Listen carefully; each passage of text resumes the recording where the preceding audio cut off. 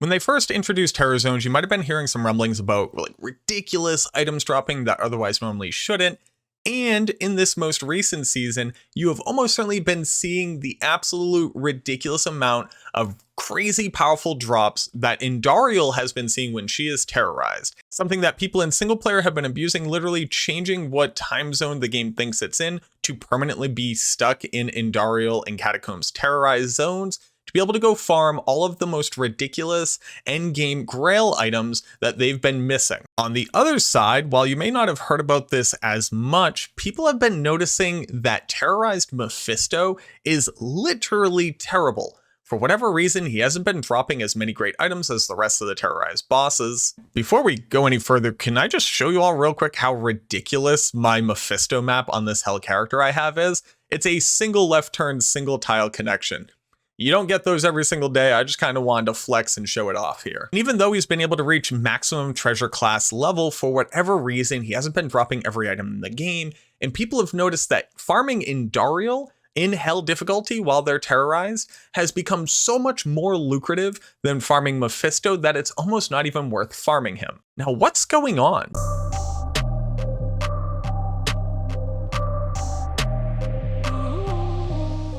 And all of that is because of treasure classes. So what you're looking at right here is the actual game file that defines what items monsters will drop when you kill them. I've only just recently gotten into actually modifying these files because I've been testing a lot of weird stuff. You've been seeing a lot of videos about it recently, for all the different testing that we've been doing. But one of the things that you can literally go in and change is what items the monsters drop. And I'm gonna just give you a very, very high level, shallow, quick overview of how it works, because I will be honest with you, I am not a master in this information. I absolutely am not a subject matter expert. I've actually been spending a ton of time in my Discord learning from Pavkey, Warren, Mysterio, just a bunch of great people, Atosi as well, just like willing to walk me through hand in their hand of how all of this stuff works. So shoutouts to them. Thank you so much for that. But the basic rundown is, first, you look at the treasure class. Now this will have pretty useful names for identifying it. So right here we have base Andariel. Now the funny part is we don't use base Andariel anymore. We only use Andariel quest, which is that little Q that you see there.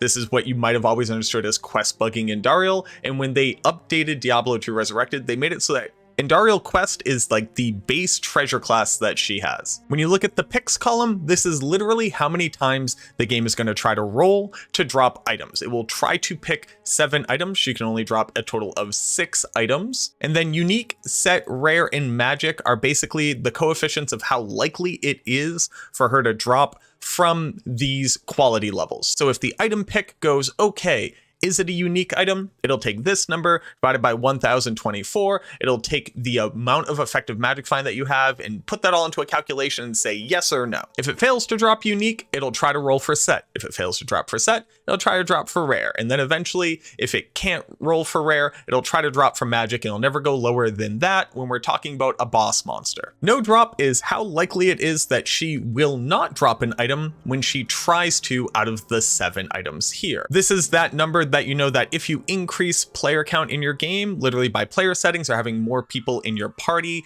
near you when you kill a monster online, this number gets lower and lower and lower. If you had a no drop of 0, that means it will always successfully drop an item. And then you have the actual items that she'll try to drop from. So whenever it's doing a pick, it basically rolls a die between the 2 probabilities that you see. So you'll see that Act 2 Equipment A has 19 out of 22 chance, because you just put the 2 probabilities together. And then Act 2 Good has a 3 out of 22 chance. And these basically define 2 subgroups of items. There'll be certain items that are in Act 2 Equipment A and certain items that are in Act 2 Good. So now that you understand that, we can kind of go look at what's happening when she's terrorized. So here you see the Andariel Quest Hell Desecrated A. Desecrated is what they use to identify terrorized. And the reason why Desecrated has its own kind of little subgroup of a treasure class is because you can only drop Sunder Charms in desecrated treasure class groupings. And there's some more information that gets captured here that's really important to understand. Now, all of a sudden, we have a level definition in a column. And what is that? Well, as you get higher level, Andariel can now be higher and higher monster level. And as Andariel's level goes up, she'll drop from higher level treasure classes. This is what allows her to drop items she otherwise normally couldn't drop previously, like Griffin's Eye and Tyrael's Might. And then if we look at the treasure class that it is trying to pick from, you'll see that it says Andariel Quest, Item, Desecrated H. And then we come up to here to understand what that says. So when you are killing an Andariel that is at least or higher than level 96, she will be dropping from this treasure class right here, which includes Act 5 Hell Equipment C and Act 5 Hell Good. This is basically where all of the best items in the game are. And then TS here is actually just the essence that she can drop. So now that you have that super high level understanding of the very basics of what treasure classes do, what is the problem with Mephisto, and why is everybody complaining that his drops are crap compared to every other act boss other than Duriel maybe? Well, if we go and look at the same definitions for treasure classes from Mephisto, you might have already noticed something very funny here, and that is, again, looking at the upgrading treasure class that happens when he becomes higher and higher level, you'll notice that he only has 4 upgrades to his treasure class, but still, he should now be able to drop every single item in the game. Except that when you actually look at the items that he is selecting from, whether it's due to some type of copy and paste error, or whether or not this is just an oversight and it wasn't updated, every one of Mephisto's upgraded treasure classes all point to the same base treasure class. And if we go read that base treasure class, you'll notice that it is picking from Act 4 Hell Equipment B and Act 4 Hell Equipment Junk, and then Act 4 Hell Good. Whereas if he was actually upgrading in the way that he is supposed to, once he was at max level, he should also be able to drop from Act 5 Hell Equipment C, Act 5 Hell Equipment Junk, and then Act 5 Hell Good, which is what he would need to be able to drop from to be able to drop every single item in the game. But sadly, he is referencing the same treasure class every single time that his treasure class upgrades due to him being a higher level. So while him gaining his upgraded treasure class is slightly increasing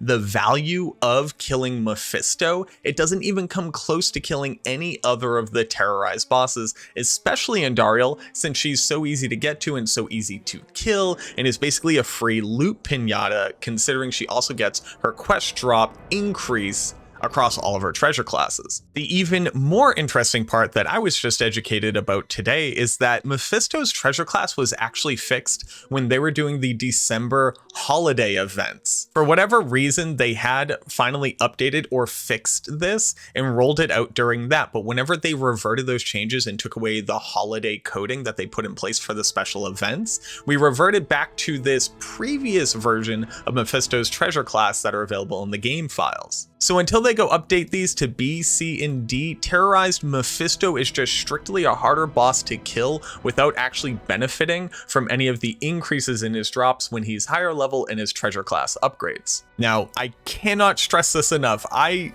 do not fully understand how all of this works. I did not discover this. This is something that's been well known by a large portion of the community who are actually well versed in the game enough to be able to open up the game files, take a look at what's happening, and understand it. But I do know that there are a ton of people out there who just do not have the time and effort to go learn how to personally mod Diablo 2, so I figured it'd be cool to show you guys this just so you understand what's happening. Now, an interesting thing is when you actually go check out Duriel's treasure classes, you need to go look in 2 separate places because they're actually defined by 2 separate postings inside of the game files, and I think it makes sense once you look at this. Have you noticed it already? If you go check out the names that they gave to Duriel's terrorized treasure classes, you'll see that it says 5 Town Portal Scrolls incoming, which is a great reference to the fact that Duriel actually has a massively huge chance to be able to drop Town Portal Scrolls for you, and you can actually see right here the logic behind why that happens. So if we look at the same basis for Duriel, you'll see that he'll try to do 5 picks, which first look at the difference between TSC and then his base drop table with a probability of 1 in 3 for TSC